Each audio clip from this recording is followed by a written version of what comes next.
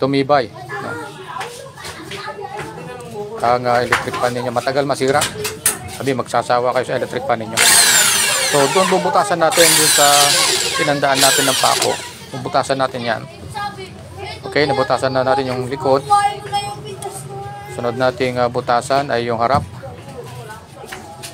Ayan. Dahan-dahan lang, no? Ang pagbubutas natin. So, medyo matagal dito sa una.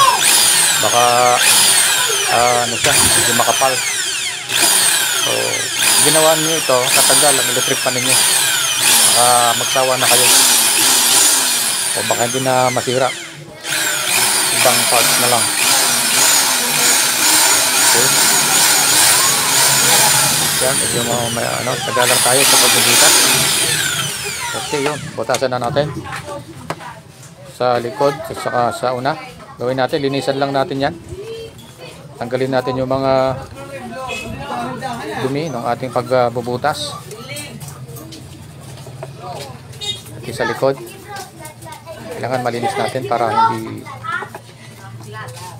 sumama sa pag-ikot yung mga dumi niya. Okay. Tapos ang purpose niyan, papakita ko sa inyo kung anong purpose ng